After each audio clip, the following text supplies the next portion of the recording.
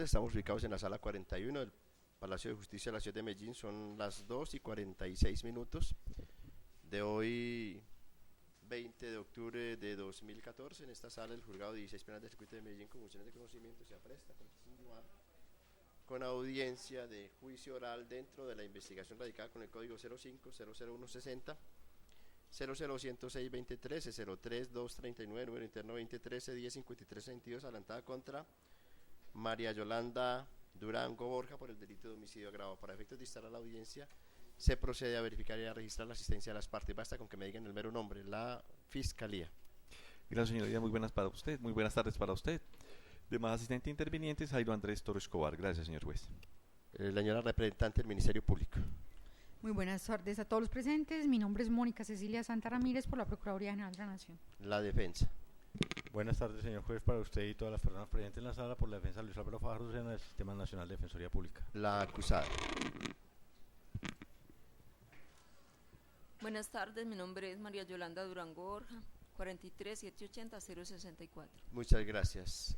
Deja constancia al juzgado que el señor representante de las víctimas informó que tenía otra audiencia y que entonces no podía asistir a esta audiencia. Sin embargo, se decreta la legalidad de la instalación de la audiencia. Está en el uso de la palabra la Fiscalía en la práctica de pruebas. Señor fiscal. Gracias, señoría. Antes de continuar con el interrogatorio, pues en aras de dar celeridad a lo que concierne a este juicio, quiero de una vez presentarles dos estipulaciones que conjuntamente con la defensa se han logrado para dar dos hechos como probados, y siento de señoría como entre el doctor Luis Alfonso Fajardo Serna, el defensor, y este delegado, acordamos dar como probado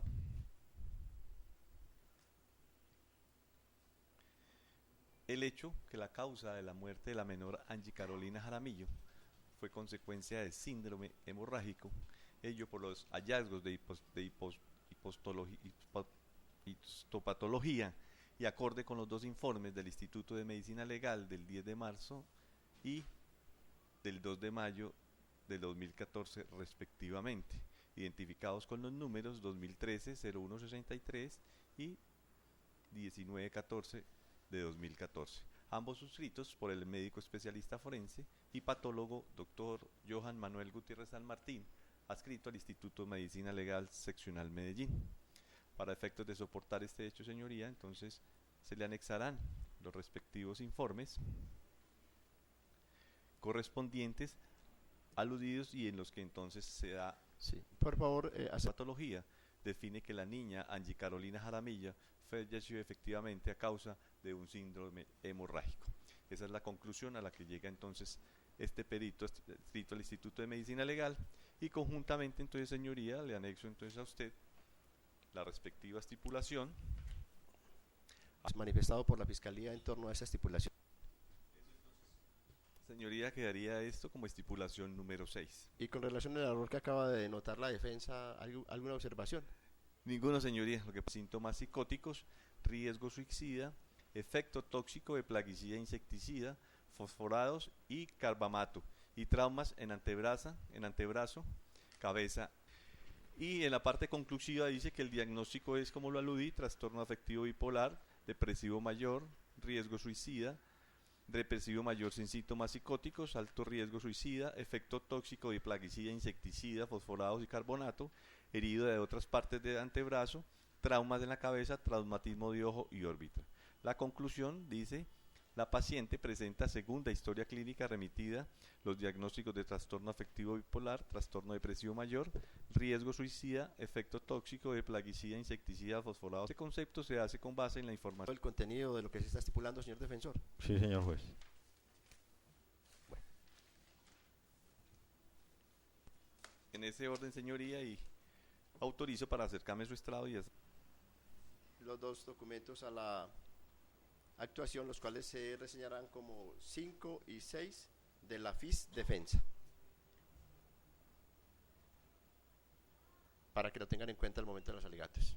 Acuérdese que habíamos Ubicados los elementos que entran por conducto de estipulaciones se denominan FIT defensa, porque es un pacto entre la Fiscalía y la Defensa y cada uno tendrá sus rotulaciones para los documentos que ingrese cada parte.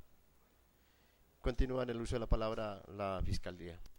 Listo, señoría. Entonces, a continuación y siguiendo con el derrotero de esta audiencia de juicio, anuncia traer a su estrado este delegado al doctor Armando Tamayo Lopera, que es un psiquiatra adscrito a la Congregación Mariana. De una vez solicito autorización para hacerlo ingresar al recinto. Señor fiscal.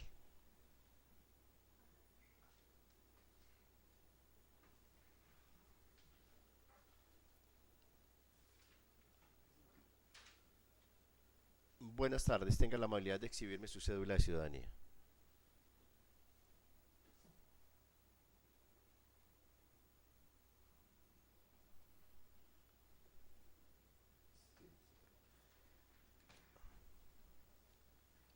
El citado exhibe la cédula de ciudadanía 71-654-334, expedida a nombre de Armando Tamayo Bedoya. Doctor Tamayo, lo hemos citado a este estrado para que rinda una declaración de carácter pericial. Debo advertirle que nadie está obligado a declarar en asuntos en que aparezca involucrado él o algún familiar cercano, que por fuera de esas personas está en la obligación de declarar y decir la verdad.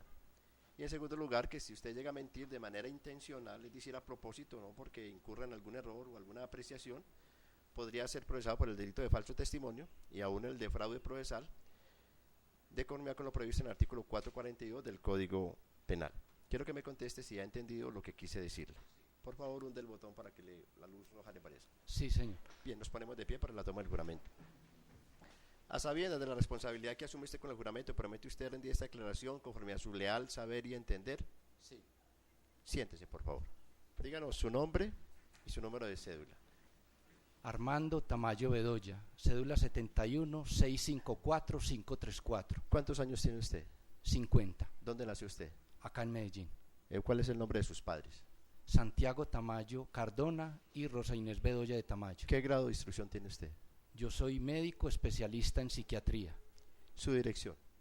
Calle 103 WD, número 65-137, barrio Atanasio Girardot. Muchas gracias. Señor fiscal, su primer turno de preguntas en el directo.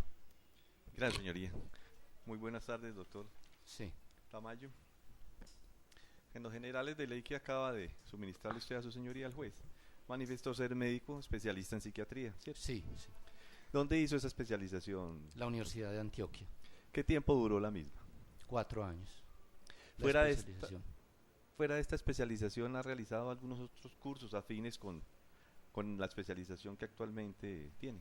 Sí, en trastornos psiquiátricos, las actualizaciones de la Sociedad Colombiana de Psiquiatría y de Sociedad Biológica de Psiquiatría.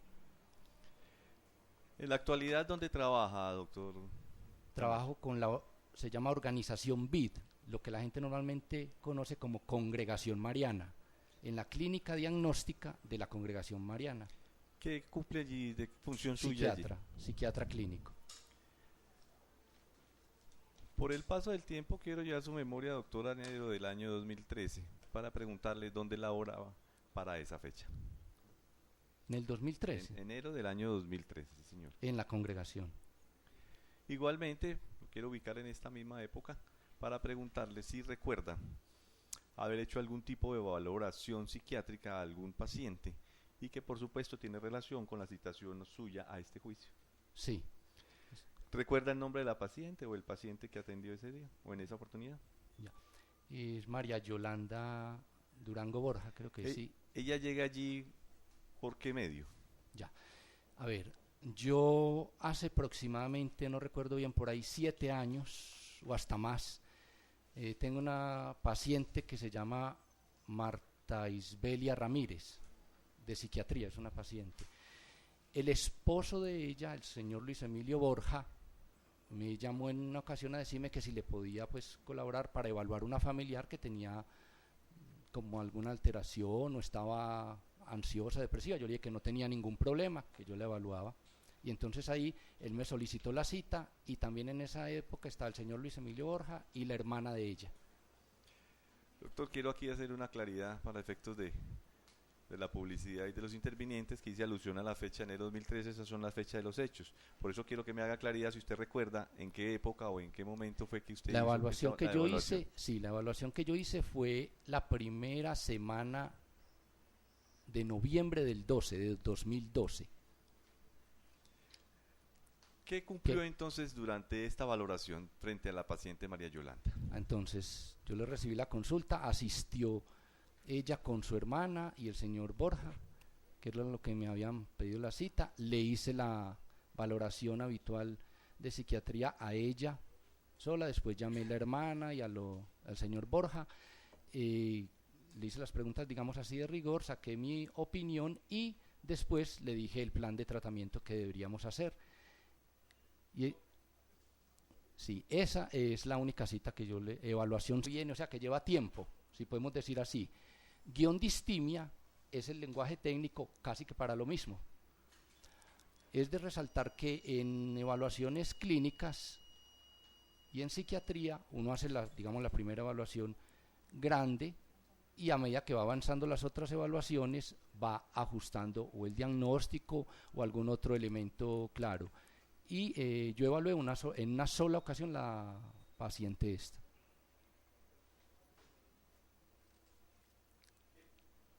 ¿Qué información o elementos recibió usted de la paciente para llegar a ese diagnóstico de considerar que ella presentaba ese cuadro depresivo recurrente o trastorno depresivo? Ya.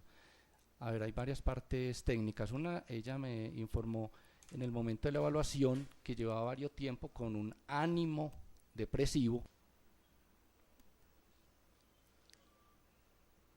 ¿Le informó la paciente en esa valoración las razones o por qué motivos ella presentaba ese cuadro de tristeza, de lo que usted nos acaba de mencionar frente a lo que observó de ella?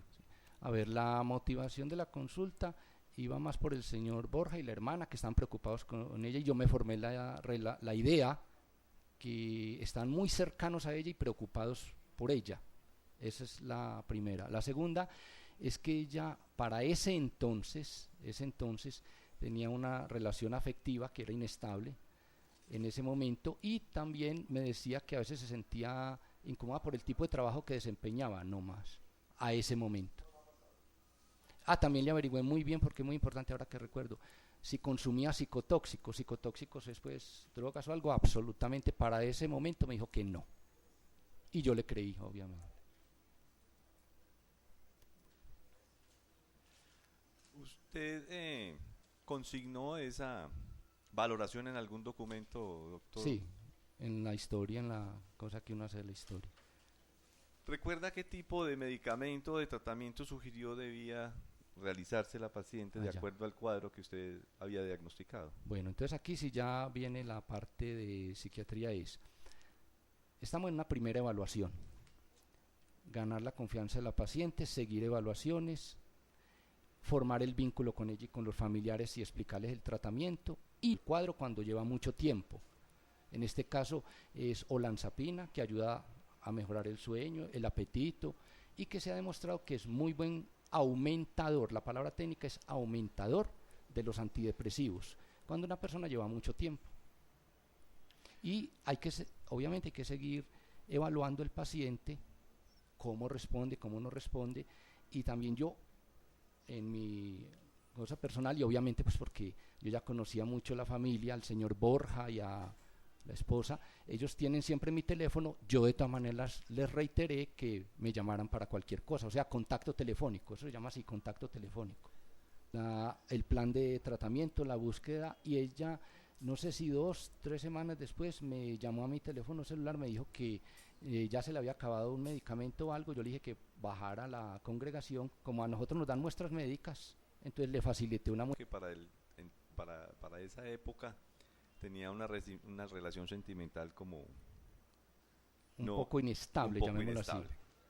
Además que su actividad laboral no le convencía mucho. Pues ella me comentó que en ese momento trabajaba en oficios domésticos en una casa y pues quería verse, como yo lo entendí, como en otro tipo de trabajo. Es como la idea. Eso se puede tomar como factores generadores para que una persona llegue a un cuadro como el que usted determinó de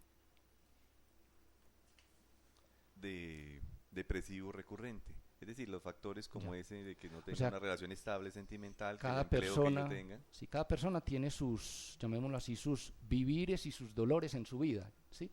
Eso lo que resuena con cada ser humano en psiquiatría lo va evaluando uno a medida que va avanzando. Yo lo tomé ahí porque me llamó la atención esas situaciones y me pareció que era bueno seguir evaluándola hacia adelante. Me hago explicar.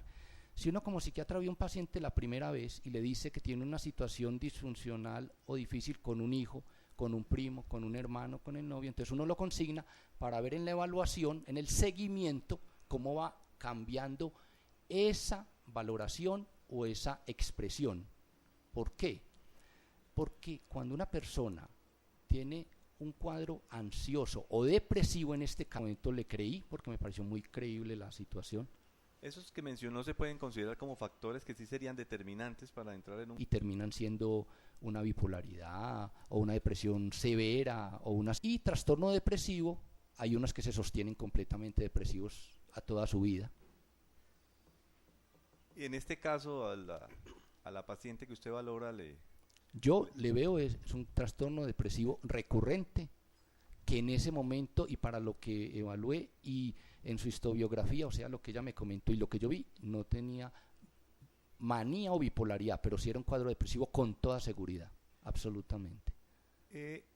dentro de la información que le suministra la señora María Yolanda, le dijo cuánto tiempo a la fecha en que le hizo la valoración llevaba en esa situación de depresión, de llanto, de tristeza En y de todo. este momento no recuerdo el concepto de tiempo en meses o años. Yo sí sé que llevaba bastante tiempo y que había asistido a médicos generales.